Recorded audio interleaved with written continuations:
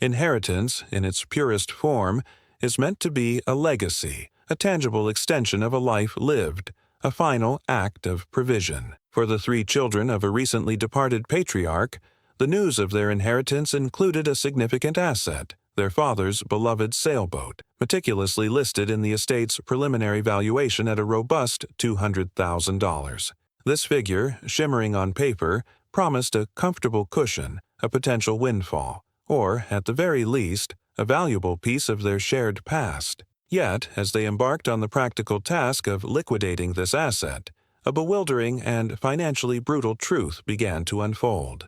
Despite the impressive valuation, the market responded with a deafening silence, punctuated only by offers so insultingly low that they barely registered. The boat, a symbol of their father's passion and a supposed $250,000 asset, could not command even $9,000.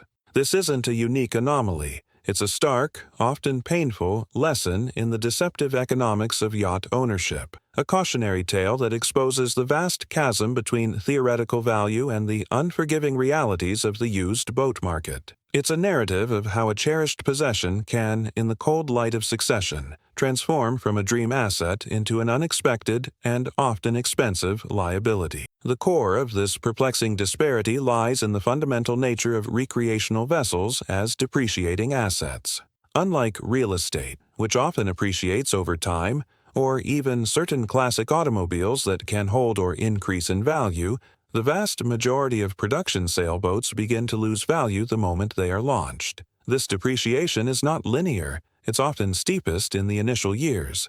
Industry data suggests that a new yacht can shed 10% to 20% of its value in its first year alone. Over a decade, this figure can climb to 40% or more. For a vessel that has seen decades of use, even if well maintained, its market value will inevitably be a fraction of its original cost or a recent appraisal based on replacement value. This rapid decline is a financial reality that often blindsides heirs who are unfamiliar with the marine market, leading to significant disillusionment when attempting to sell. However, depreciation is merely the visible tip of the iceberg. The true financial burden of boat ownership, and the primary reason for the dramatic collapse in market value, lies in the relentless and often astronomical maintenance costs.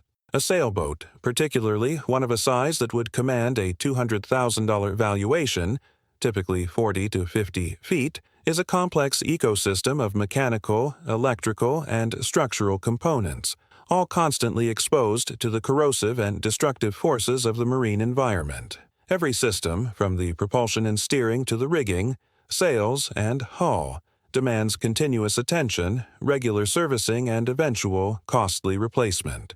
Marine industry experts frequently advise owners to budget between 5% and 10% of the boat's original purchase price annually for maintenance and repairs. For a vessel once valued at $200,000, this translates to an annual expenditure of $10,000 to $20,000, assuming a diligent maintenance schedule. Over the lifespan of a boat, these cumulative costs can easily dwarf its initial purchase price, transforming it into a financial black hole. Consider the typical annual expenses that contribute to this ongoing financial drain. Dockage or mooring fees. These vary wildly by location and boat size but can easily run into thousands of dollars per month in desirable marinas. Insurance. Comprehensive marine insurance is a necessity, but premiums can be substantial, especially for older vessels or those in high-risk areas. Haul-out and bottom paint. Every 1 to 3 years, the boat must be removed from the water for hull cleaning, inspection, and the application of anti-fouling paint to prevent marine growth. This process alone can cost several $1,000s. Engine maintenance and overhaul. Marine diesel engines require meticulous servicing, oil changes, filter replacements, and eventually, costly overhauls or complete replacements. Rigging inspection and replacement. Both standing rigging, the wires that support the mast, and running rigging, the ropes used to control sails, have finite lifespans. Regular inspections are crucial, and replacement, particularly of standing rigging, is a major expense, often costing tens of thousands. Sail repair and replacement. Sails degrade from UV exposure, chafe, and use. Repairs are frequent, and a full suit of new sails can be an eye-watering investment. Electronics upgrades. Marine electronics, from GPS and radar to autopilots and communication systems, evolve rapidly. Older systems become obsolete, requiring expensive upgrades to maintain functionality and safety. General repairs and upgrades. From plumbing and electrical systems to deck hardware, upholstery, and sanitation, virtually every component on a boat will eventually require repair or replacement due to wear and tear in the harsh marine environment. When a sailboat is inherited, it often comes with a legacy of deferred maintenance. The previous owner, perhaps due to age, declining health, or financial constraints, may have postponed critical repairs or upgrades. This is where the Marine Survey, a detailed inspection conducted by a qualified professional, becomes a brutal arbiter of reality. While the survey might indeed confirm a high appraisal value based on the boat's make, model, and potential replacement cost, it simultaneously generates a lengthy list of deficiencies and necessary repairs.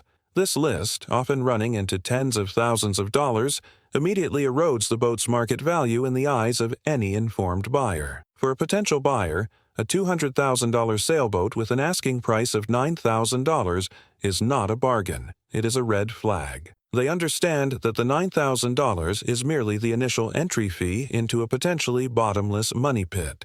They will immediately factor in the estimated costs of bringing the boat up to a safe and functional standard. A new engine, potentially $20,000, $40,000. New rigging and sails, easily $30,000, $50,000. Extensive hull repairs, e.g. osmosis treatment, structural reinforcement, potentially tens of thousands. Modern electronics, $10,000, $50,000. Interior refurbishment, upholstery, galley, head. Another significant sum. Suddenly, that $9,000 boat requires an additional $100,000 to $200,000 or more in immediate investment to make it usable and desirable. The total outlay quickly surpasses the cost of purchasing a newer, well-maintained vessel that doesn't carry the same burden of deferred maintenance. This is precisely why, despite the paper valuation, nobody would pay $9,000. The market is not interested in the boat's theoretical value. It is interested in its net present value after accounting for all necessary investments to make it a viable asset. The children, hoping for a quick sale, are instead confronted with the grim choice: invest a fortune they don't have, or accept a pittance for a boat that is, in practical terms, a financial burden. The emotional dimension further complicates this financial conundrum. For the deceased father, the sailboat was a source of immense joy, adventure, and personal fulfillment, an investment in a cherished lifestyle. For his children, it is often a foreign object, a complex machine they neither understand nor desire, and a financial liability they never anticipated. The sentimental value, which was priceless to their father, holds no currency in the open market. This emotional disconnect can make the decision to sell, and the acceptance of its true, diminished market worth, even more difficult. They are not just selling a boat. They are selling a piece of their father's dream, and the market's indifference can feel like a personal affront.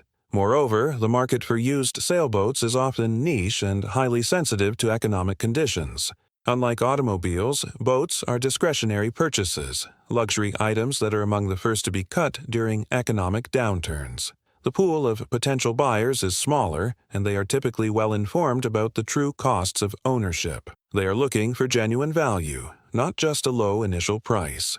A boat that has been neglected, even if structurally sound, requires a buyer with significant time, skills, and capital for restoration. Such buyers are rare, and they expect a steep discount to compensate for their substantial investment of time and money. This scenario serves as a potent lesson for anyone contemplating boat ownership. A boat is rarely a financial investment in the traditional sense.